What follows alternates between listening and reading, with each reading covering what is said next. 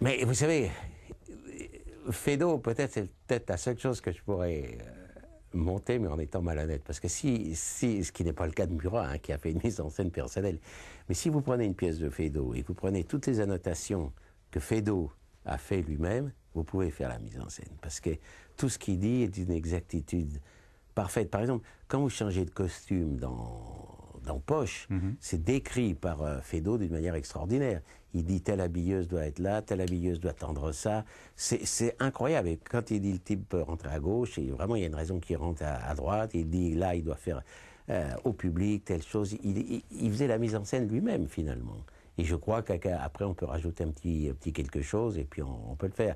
Mais enfin, Murat fait ça mieux que moi, donc je n'ai pas besoin de le faire.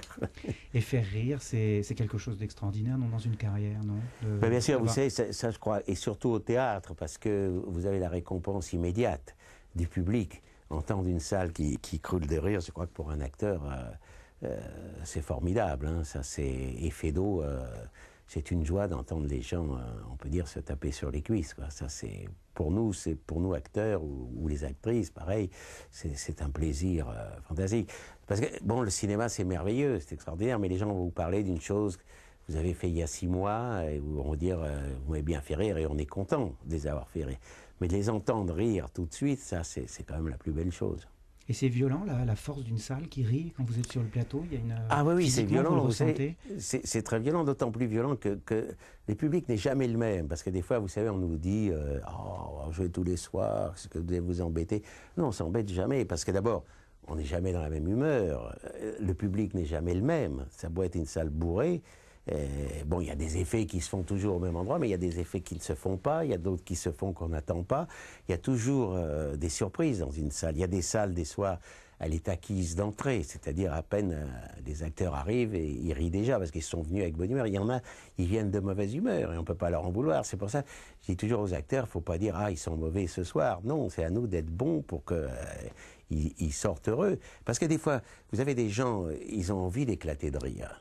Ils éclatent de rire. Mais il y a des gens aussi, ils rient, mais ils ne rient pas fort, ils ne rient pas... Et tout ça, ça fait partie de notre métier, et de ne pas lâcher, justement, en se disant, ils sont pas bons ce soir, tant pis. Non, c'est nous, eux, ils ont payé, et ils sont venus pour se distraire, et il faut y aller à fond. Et on ne peut pas leur en vouloir s'ils n'ont pas envie, ce soir-là, d'éclater de rire. Parce que des fois, vous avez des salles qui vont peut-être un petit peu moins rire, et tout d'un coup, à la fin, c'est du délire. Et puis des fois, il y a des salles qui ont ri énormément, les applaudissements à la fin. Tout ça fait partie d'un cocktail et qui est amusant. Mais si vous voulez, le plaisir, c'est vrai. Bon, j'ai eu la chance de jouer des pièces comiques et qui font rire. C'est vrai que c'est un grand plaisir. J'ai joué des pièces plus dramatiques comme Cyrano ou Keane, quoi qu'on on fait rire dans Cyrano aussi, mais bon. Mais l'émotion, vous la sentez bien sûr d'une salle, bon, quand il y a mais ce qui est le plus fort, c'est quand même le rire, c'est sûr. C'est une matière vivante. C'est une matière vivante, oui. C'est une salle qui vit d'un coup, puis ça tombe de là-haut, de partout, ça tombe, et ça, c'est un plaisir. Et le fait que le théâtre soit enregistré à la télévision, vous, c'est quelque chose qui vous séduit, l'idée? Mais oui, mais vous savez, parce qu'alors il y a des acteurs qui disent « Ah non, bah, c'est toujours moins bien au théâtre, à la télé ou en cassette ». Sans doute, bien sûr, vous n'aurez jamais la même chose qu'il y a dans une salle, ça c'est sûr, mais c'est comme si vous disiez « Je ne vais pas regarder de la boxe à la télé, je vais aller la voir que dedans ». Il se passe quand même quelque chose, de toute façon. Moi, par exemple, j'ai eu la chance de voir des grands acteurs sur scène comme Michel Simon. J'ai vu jouer Fric Frac au théâtre. J'ai vu jouer, j'ai vu Michel Simon. Oui, je viens de vous le dire, Michel Simon, mais j'ai vu un tas d'acteurs comme ça, Gérard Philippe. C'est quand même dommage qu'il n'y ait pas un enregistrement du Cid ou du Prince de Hambourg, de Gérard Philippe, croyez-moi. Sans doute, les gens vous auraient dit « Ah non, c'était mieux quand je l'ai vu », mais on l'aurait, ce document, et on a pratiquement rien de Gérard Philippe. C'était une magie sur scène, et c'est très dommage que ça n'existe pas. Donc je crois que c'est très bien que ça soit enregistré, c'est le patrimoine, et c'est bien que les pièces soient enregistrées. Moi, je suis pour, contrairement à certaines personnes qui disent il ne faut pas le faire. Moi, je pense qu'il faut le faire. La puce à l'oreille, vous l'avez joué ici même, donc dans ce théâtre, au Théâtre des Variétés, qui est votre théâtre. C'est le répertoire idéal, Feydeau, pour les variétés? Écoutez, moi, je trouve que c'est idéal parce que la forme de la salle, l'acoustique de la salle, c'est exactement ce qu'il faut pour Feydeau. Et ça a été un grand plaisir. On l'a joué longtemps ici. Et bon, on aurait pu la jouer encore longtemps, mais je crois que c'est un théâtre vraiment fait pour la comédie. D'ailleurs, puis ici, c'est bien parce qu'il y a tellement de grands acteurs qui ont joué dans tous les genres ici. Moi, je crois à ces choses-là. Il y a des ondes qui passent, qui restent. Et, vous savez, moi, j'aime des fois me mettre dans la salle de mon théâtre, comme ça, vide, et de regarder. On est bien, c'est un truc formidable. C'était un vieux rêve pour vous d'avoir un théâtre ou... Je vous mentirais si je vous disais que c'était un rêve. Non, j'ai toujours adoré le théâtre, parce que bon, je suis venu, moi, dans le spectacle par le théâtre. Je ne pensais pas du tout faire du cinéma. On était une génération, notre rêve, c'était de rentrer à la Comédie Française. Ça aurait été de devenir sociétaire de la Comédie Française. Bon, ça s'est fait autrement et je ne vais pas me plaindre et j'en suis très, très, très heureux. Mais souvent, je suis passé dans le théâtre des variétés puisque j'étais au conservatoire qui est à 100 mètres d'ici.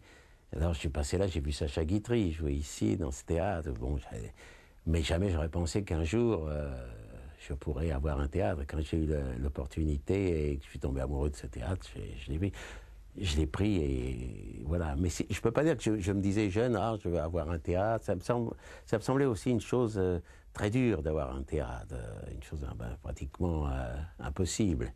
En plus, moi, quand j'étais jeune, j'ai beaucoup joué dans les théâtres, à l'atelier, aux nouveautés, partout, à l'Athénée.